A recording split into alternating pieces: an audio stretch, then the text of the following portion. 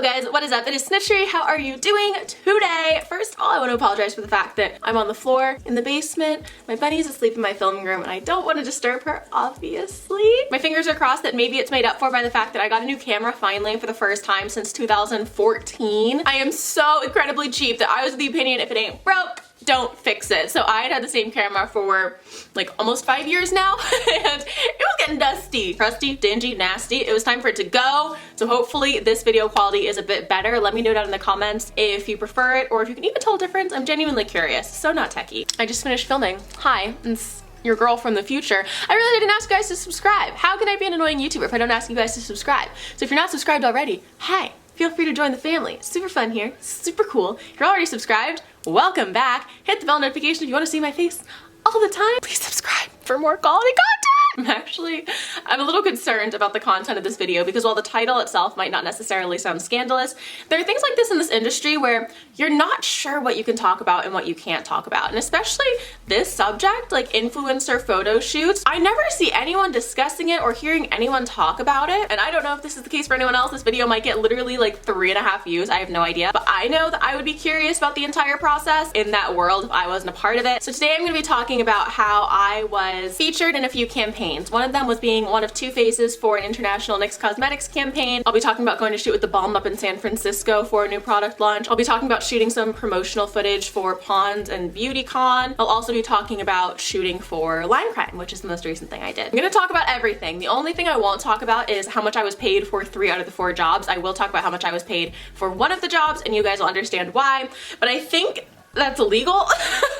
Like, I think I'm under contract not to talk about rates and stuff like that. I just bought new filming equipment. I can't afford to be sued. Speaking of things I can't afford, today this video is sponsored. DHL just called me, so if I moved in the camera frame, I apologize. Huda Beauty, for some reason, won't update my address, or I told them I update, I don't know, but they've been trying to send me the same package for like a month and it keeps getting sent back because I don't live there anymore. Irregardless, today's video sponsor is Scentbird. I would bet some fair money, a few coins, that most of you have heard of Scentbird before, or at least see it on the fringes of social media because it's a very popular company. Lord only knows why they wanted to work with your girl. If you somehow missed Scentbird, it is a perfume and cologne subscription service. So essentially, it runs on the idea of a monthly subscription where you can date a perfume before committing to it. I have this problem, I don't know if you guys have this problem, but I get very quick, like, nose fatigue, if that makes any sense. Like if I'm going into a store to smell perfume, I can smell like the first perfume and a half and then my nose just like blanks out. And then if I want to take home the little sample vials from like Sephora or something, they're so small. Like literally, what's the point? What Scentbird offers is a solution to that. So you pay $14.95 a month and they send you a rollerball size perfume. So it's a 30-day, what is the word I'm looking for? Supply. And on the site, they have over 450 different brands to choose from. Like they've Gucci, Tom Ford, Clinique, and Michael Kors, literally anything you could think of. So monthly, you can get different scents for each month, so you're never gonna tire of having one scent that you paid like $120 a bottle for. So the $14.95 covers free shipping. You can also upgrade to get 2 to 3 perfumes. I'll show you what they look like. I have a couple of the canisters here so you can see for scale. You like that sweet, sweet autofocus? So what you receive in this handy little black velvet case, one of which my father stole to hold his eyeglasses, is this little vial. Now you might be saying, how do you get perfume out? That looks handy, but where's the product? All you gotta do, twist up, and then here's the nozzle to give yourself a little spritz. If you want to see the size of the actual perfume bottle, all you gotta do is twist it out. This is definitely 30 days worth of perfume, even for me, who is like quite the heavy little puffer. Little spritzer. The perfume I chose to receive is Gucci, Guilty Intense, and honestly I just never tried a Gucci perfume before and I thought the name was kind of funny. In any case, it smells freaking delicious. Doesn't taste as good as it smells, I'll tell you that much. I have to readjust my wig, good lord. As I was saying, it's really intensely floral, and to me, I don't like fruity scents as much as I like floral scents. That's why I like Nest perfume so much. I like to smell like a big old plant. I actually really like this one, and I'm very happy because I just chose it on a whim. If you're interested in trying Scentbird out for yourself, I'll have a link in the description box. They are offering you guys 30% off for your first month, so your first month would just be $10 for a pretty sizable size of perfume. So if you're running out or you're just kind of looking to change it up and try something new, I would recommend that. Thank you so much, Scentbird, for offering to sponsor this video. Okay, on to the content, baby. So a little brief history of my career on the internet before I get too deep into the photo shoot stuff. I've been an influencer now for, I'd say, about 3 years. I've been doing YouTube for like 7 months, 8 months. Hey phone, hey girl, what's up? Don't mind me. Like before becoming an influencer, I never had any interest in modeling. I literally went to college to work in a museum. It hadn't even crossed my mind. So I was going to school up in Boston full-time as a college student. I ended up graduating in 3 years because of all my AP courses that I had taken in high school. But because I was one of 50 students in my class, like class of what, 2018, who were honor students in my college, to get my degree, I had to write a 50 to 60 page thesis to graduate. So me and my roommate Hannah, who some of you know, we both really wanted to move to New York like ASAP Rocky. And I didn't want to let me having to write this thesis stop me from doing so immediately. So essentially what I did is I became a commuter student from New York City to Boston for a semester while I wrote this 60-page thesis on Baroque art and scopophilia. And it was actually a really interesting topic, but it did become kind of frustrating to do that remotely. Long story short, I got it done and I decided not to stay on campus and move to a different city entirely, which allowed me the opportunity to start traveling for my job. Before then, like I said, because I was a full-time student, I could never go anywhere. I could never do any brand trips. I could never go to any type of shoots or parties or events or stuff like that. I was stuck. And because of that, I always felt like I was missing out so hard. Like I would get all these emails about events that happened in LA specifically, and I was like, this would be so fun. Even brands were offering to fly me out and stuff like that. And this was, I had maybe like 200,000 followers or something, maybe 300,000 on Instagram at the time. So I was popping, but I wasn't popping. When the opportunity arose in, I want to say October, like October 2017, for me to do the biggest opportunity that I had even been given, I jumped. So what happened is I got an email from Nyx Cosmetics, who I don't believe I had worked with up until that point, like even on a sponsored post or anything like that. But they emailed me asking if I would like to be involved in a campaign for a new product they were launching. If you're at all involved in the beauty community, I'm sure you've seen it. It is the I Love You So Mochi palette. And I got this email and it was basically Nyx saying, hey, we love your vibe on Instagram. We want to fly you out to LA and pay you X amount of money, which was more money than I'd ever been paid for any single job by far before, like triple at the time. And we want you to be one of the faces of this campaign. I was so nervous. I actually almost said no because of my anxiety. Thank God I didn't. Like what an incredible opportunity. And I almost said no because I was scared. But I remember getting that email on the subway in New York and like almost right there just sending back like, I think this is a little too much for me. At the time, I'd never been to LA. I'd never traveled by myself outside of the East Coast. I'd flown back and forth from Boston to DC to New York and stuff like that, taken trains, taken buses, but I had never made that kind of trip to a new city by myself for the first time. I'd never done a photo shoot. I'd never done anything like this. But I told my mom about it and she was like, you have to do this. And I told my roommate about it and she was like, you have to do this. So I ended up emailing them back and saying, yeah, I'd love to. And it was in a week. It was like a week and some change, like a couple days after they'd emailed me that I was actually flying out to go shoot with them. I was so scared. I became even more scared, I remember, when I got like the call sheet and I found out that the other girl who I was gonna be shooting with, we were the two faces of the campaign, was Nikita Dragon, who obviously everybody knows. I was so intimidated. I was like, I am such a small fry. Like she is so successful and so incredibly confident seeming, and she was, spoiler alert. And I felt so irrelevant by comparison, and I was like,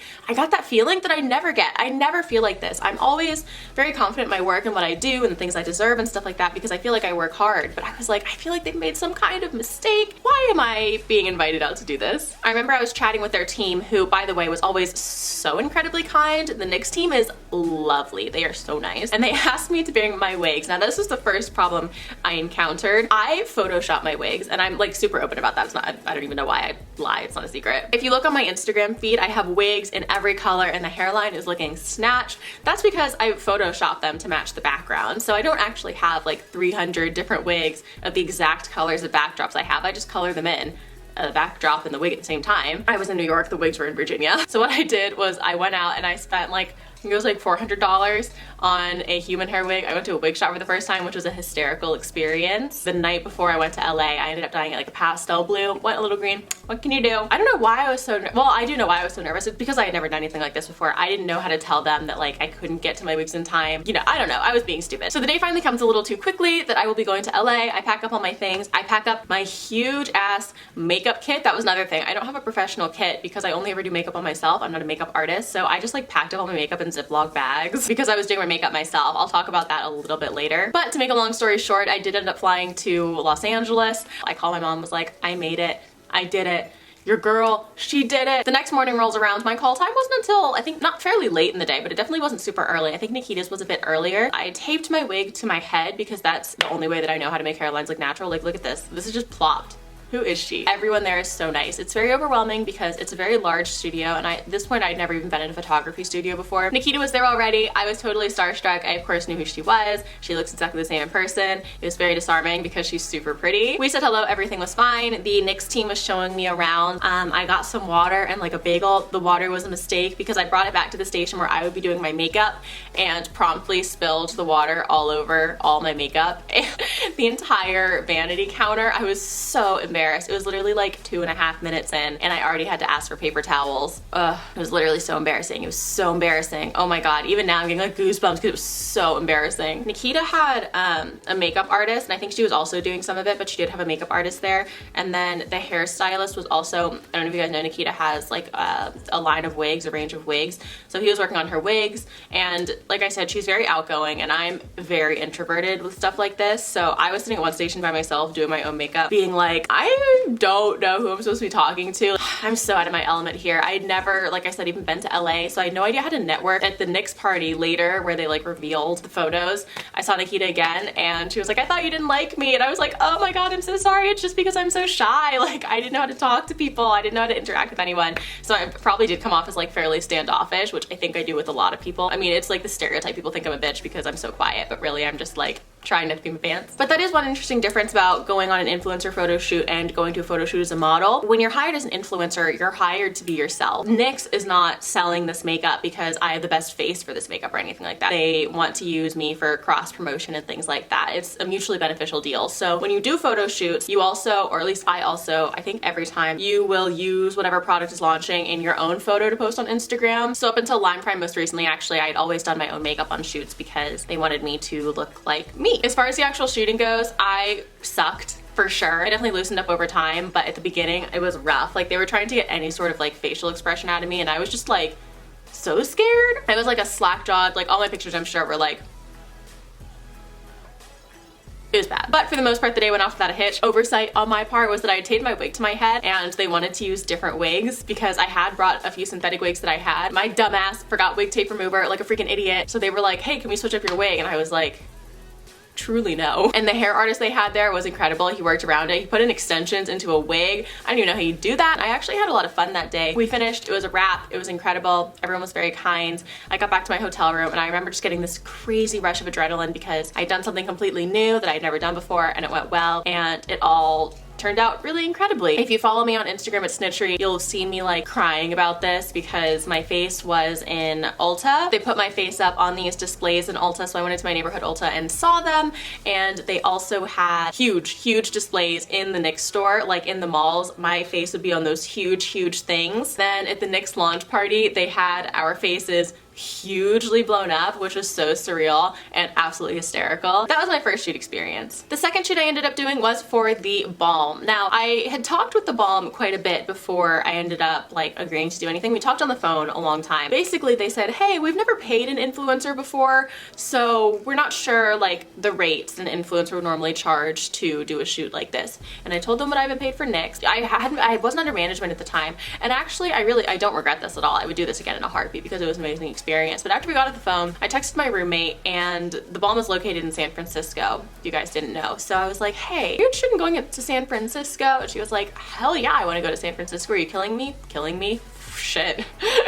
I was like, okay, cool. I want to go to San Francisco too. I called the Balm back and was like, hey, instead of paying me for this photo shoot, how about instead you fly me and my friend out to San Fran for a few days, and they covered like obviously the flights, the hotels, and food and stuff like that. Instead of payment, we would love a vacation. And the Balm was like, you know what, that sounds amazing. This was at the beginning of 2018, I want to say, or the very end of 2017, but we decided that we were going to do a collaboration later for the amount that I told them before, and that this would just be like a fun vacation for my friend and I. And it was incredible. Holy moly, I had the absolute time of my life. We both fell in love with San Francisco so hard. It was honestly 10 billion times more meaningful than any amount of money could have been. It was such a good spirit cleansing experience. As far as working with the actual brand goes, not only did I get to do a photo shoot for their bronzers, which was a totally different experience than the next photo shoot, not better or worse, just completely different, but I also got to do a meet and greet with you guys, my very first meet and greet at the Balm store, and it was such a success. I had the absolute time of my life. I cried afterwards because I was so overwhelmed with how many of you guys came. It was so incredible and so heartwarming and so humbling. I had such a good time. So that was the first night we got there, then the next day was the shoot. And I say the shoot was different because rather than having an entire team like Nyx had, of course the Balm is a much smaller brand, it was just me and then Hannah, my roommate, and the photographer. Parts of the shoot were actually a little bit harder for me because it involved some speaking portions as well and some video portions, whereas the Nyx shoot was exclusively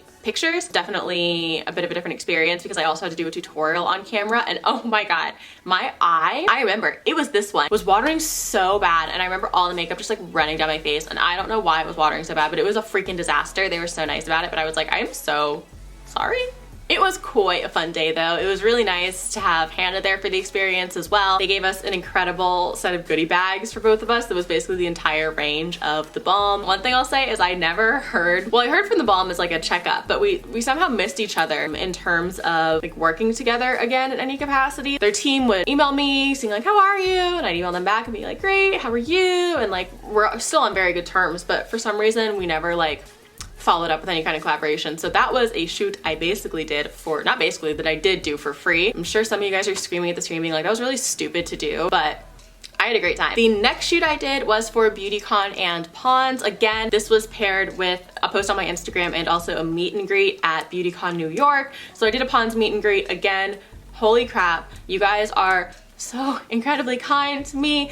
It blows my mind every time anyone wants to come and meet me. It was so freaking fun. Beautycon itself was just an absolute blast. And then I was out to LA once again for a Beautycon and Pond's video shoot. And they were so freaking cool. So this was a very different shoot because this was no pictures. This was all video, like a makeup tutorial and then a demo of taking off my makeup with Pond's cold cream, which I actually freaking love. There was like some miscommunication where we thought that the brand told us to come with makeup and the brand did not want me to come with makeup. They wanted me to come fresh faced. Checked my bag at the hotel with all my makeup in it. So basically what ended up happening is they were like, oh, we're sorry for the miscommunication. And we were like, oh no, maybe we're sorry for not understanding. And long story short, at the Beautycon headquarters, they have some makeup, obviously unused. I ended up using their makeup instead of using my own to do this look, which was a bit strange because it was all products I had never used before.